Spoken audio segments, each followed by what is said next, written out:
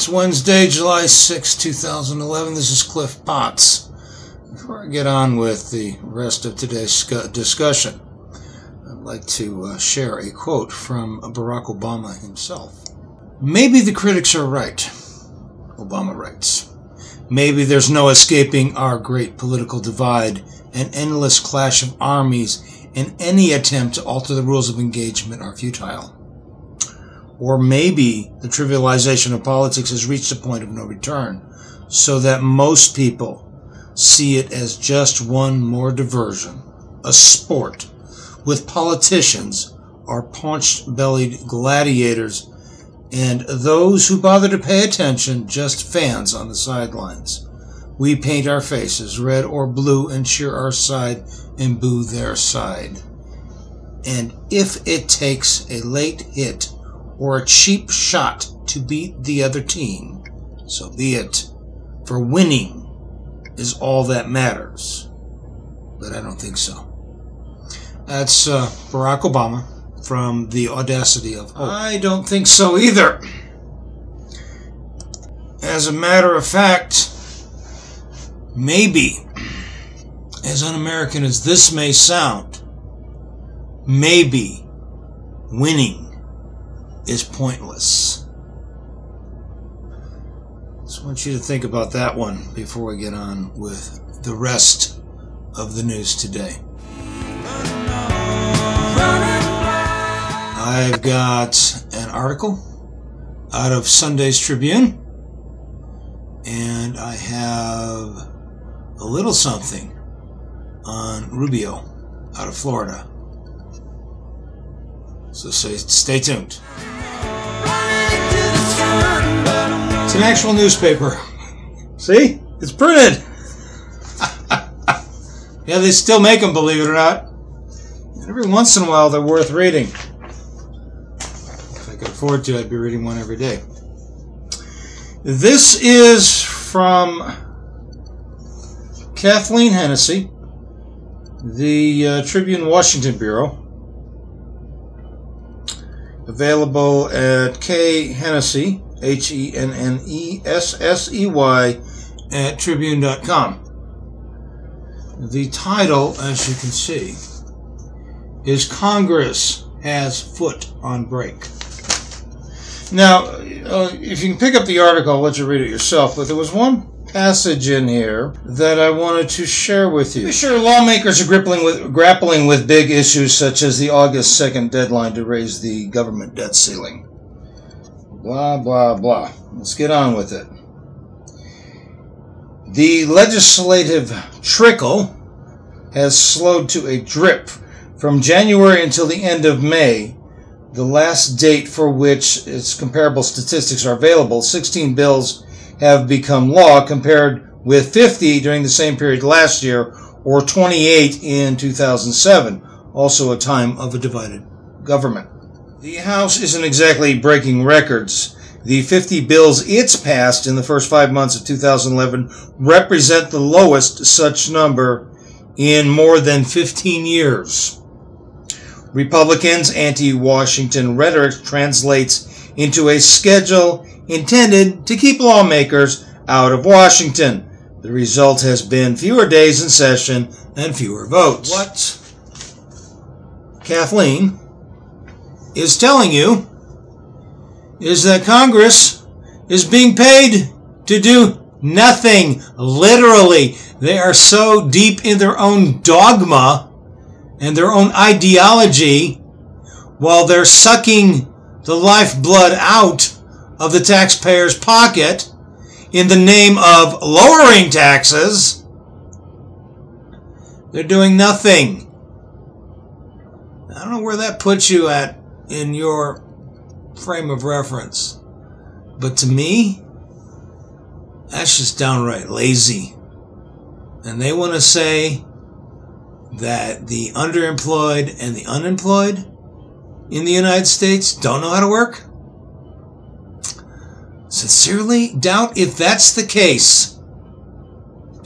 I would love to be paid the kind of money these guys are paid at $100,000 plus, and do so very little of what I was sent to Washington to do. And I don't care if you're talking about a Democrat or a Republican right now. Now, before I go on with the Rubio story, I thought I'd share this tidbit with you. I got myself plugged into the anonymous IRC Twitter account. And there is a tweet by PokeU. It says, dumping database of BPM at visit BPM. Stay tuned. Never a good idea to save passwords in plain text. That's 12hash. I'm not sure if that's I2hash or what. What that's referring to, of course, is you have a logarithm that converts the passwords to what they call hash, and the machine compares the hash coming in from the input to the hash that's in its that's stored. And if they match, the password's good. If they don't, the password isn't. And evidently somebody over at BPM didn't have the technical capability of doing the logarithm to convert to hash. It's kind of sad, considering that's covered in the first module in the CCNA training. This is out of Forbes by Gina Gordu, and it's called Disappearing Middle Class Jobs. Basically, what she's reporting is what we've known all along. And she asked the question, are stable, well-paying middle-class jobs an endangered species? And the economists say sort of. The idea that one can have a single earner family, get a good job, keep it for life, comfortable, and have a comfortable living is all but gone, says Kevin Halleck, professor of labor economics and director of Institute for Compensation Studies at Cornell University. Long-term job stability is declining, and there aren't good unionized jobs like the ones there once were. So once again, we're getting verification from the elitists themselves, quite frankly. When it's coming out of Forbes magazine, it usually carries a certain amount of weight. The problem with these articles, it's almost as if they're telling you to suck it up and deal with it. Now, they have a picture display of the 10 most disappearing jobs right now. One is travel agent, 5-year decline of 14%. Vocational education middle school teachers.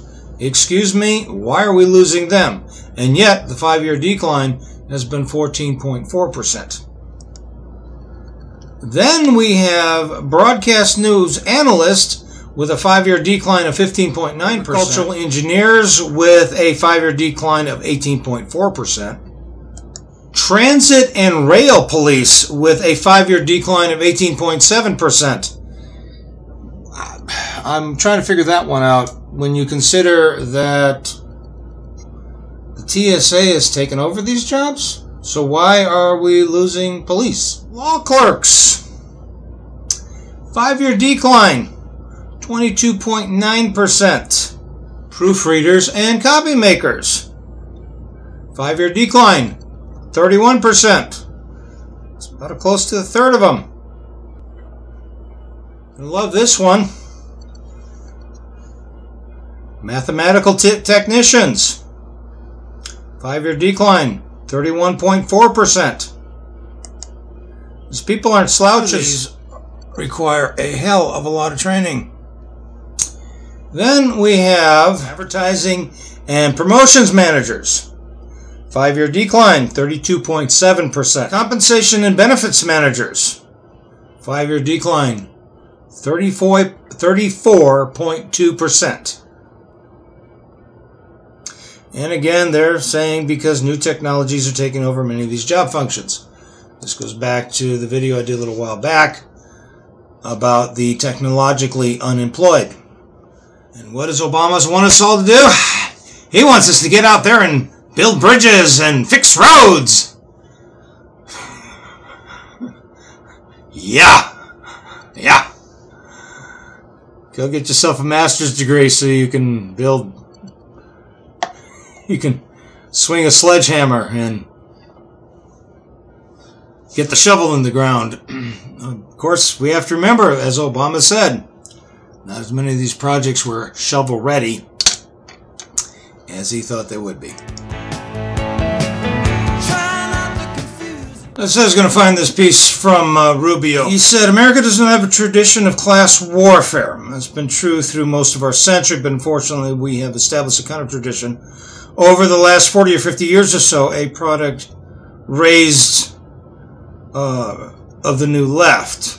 Obama's hope and change was all about class warfare, but he was only one selling it.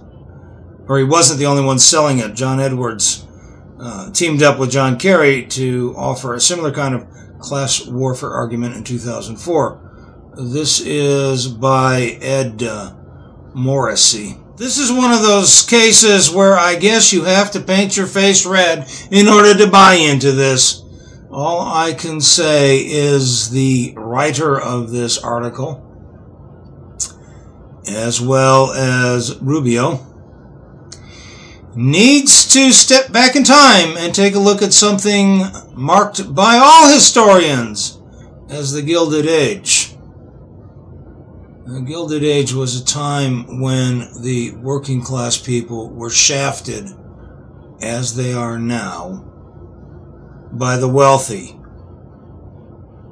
And it was an age where this was overturned and common sense came to the table once again. It happened then, it can happen now. That's it for me today. Thank you very much for your time. May your God go with you. I will talk to you later. As always, visit our website, writein-writeon.org. Thank you. Bye-bye for now.